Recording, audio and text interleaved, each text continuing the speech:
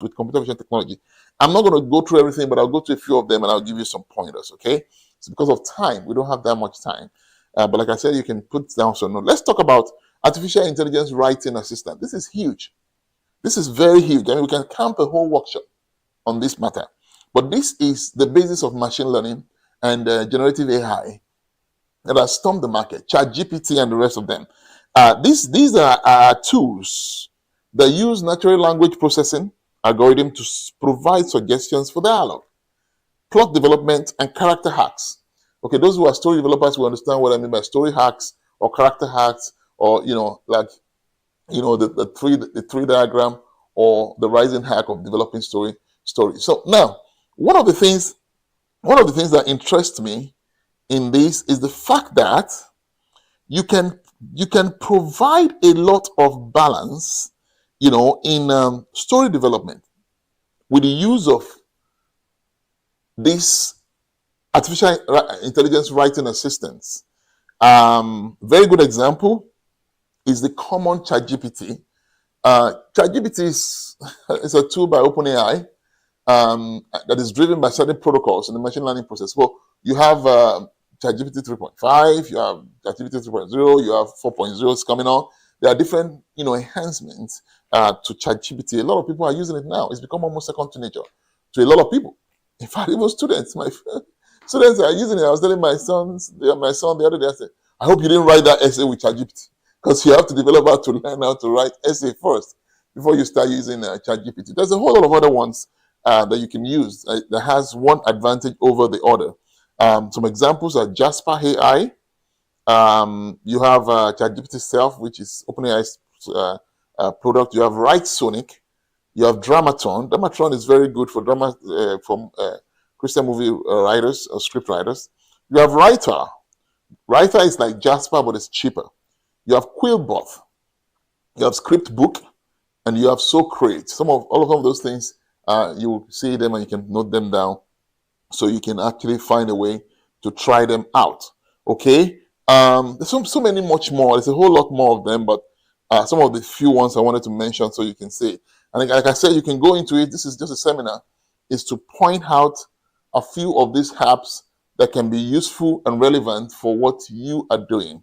Okay, we don't want to overblow the topic today. I only have like 25 or 30 minutes or so.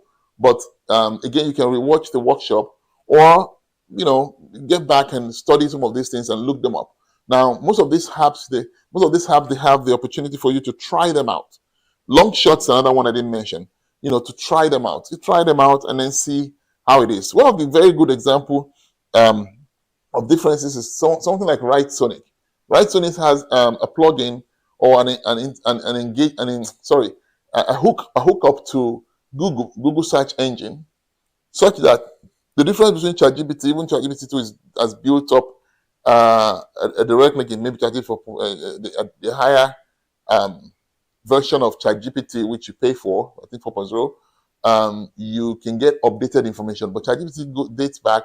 The last information is, I think, 2021. If you search certain information, you may not get it. But on Write Sonic is hooked up to Google directly live, and it can still fetch almost recent information for you. Dramatron is a fantastic tool as an AI writing assistant for those that are writing screenplays and so on and so forth. ChatGPT, by the way, also can develop screenplays for you. They can also develop subsets of screenplays. They can develop a whole synopsis. They can develop a whole story. They can develop a little dialogue within scenes. So there are several ways you can use them to generate. They can even translate and convert a whole script to a different language. Can you imagine that? So it's so important. Some of these things, you really have to look into them and just see how they apply to whatever area of ministry or vocation as a Christian faith-based filmmaker as you do. The second one is AI-powered image editing apps. These image editing apps can enhance smartphone footages by improving image quality, adjusting colors, and reducing noise. Okay, very good example. Lensa AI. You have Midjourney. You have Stable Diffusion. You have Topaz Lab. You have Lumina. You have DALL-E 2. DALL-E 2 is great, by the way. You have Starry AI. you have Night Cafe, you have Deep AI. I just mentioned like 9 or 10. Oh, and then you have Adobe Photoshop Camera. There's a whole lot more. I'm just giving you some of this. You can look into them. Okay, you can literally. I'll give you a very good example. I'd written a short story. We shot it into a short movie, and I was trying to create a concept for that story, for the thumbnail, for the poster. And I asked, my designer to put it together, but whatever he was putting together was not really making sense to me. And then I have an AI powered image editing on my phone called Wonder. And I just started messing around with instruction. Finally, it gave me what I wanted. I couldn't believe it.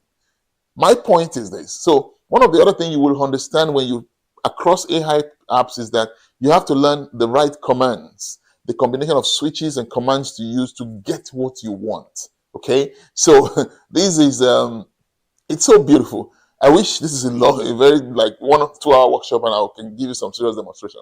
But look at these softwares. Go download them. Some of them you have to pay for, some are free. Okay, and if you have a not-for-profit organization that has a registered company, some of them might be able to give you free access as a not-for-profit, and so on and so forth. But basically, you have to look into some of this. So that's the second category. I mentioned like 10 over there, and I did mention like I think another 8 under writing assistant. So let's go to the third one real quick. The third category is language translation apps.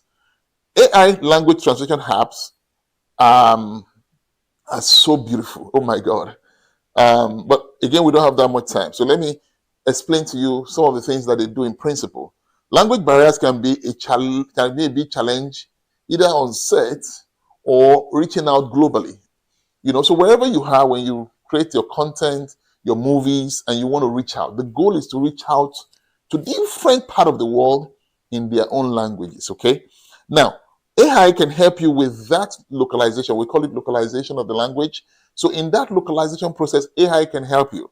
Now, in the past, we have hired, localization experts to create content and subtitles and voice dubbing, and they're very expensive. Okay, but man, I have one. I think it's called We Are Nova AI.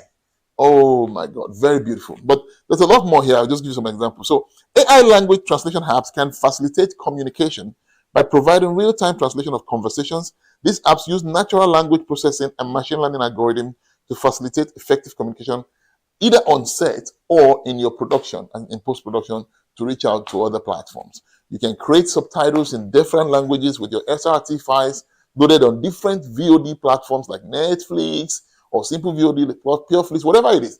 If you are sending your software to a video on demand, that's what it's called, VOD.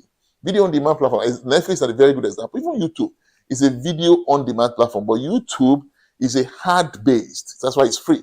It's based on hard. It's a hard-based video on demand. Netflix is a SVOD, which is subscription-based video on demand. There are different types of video on demand. This is not a lecture for that.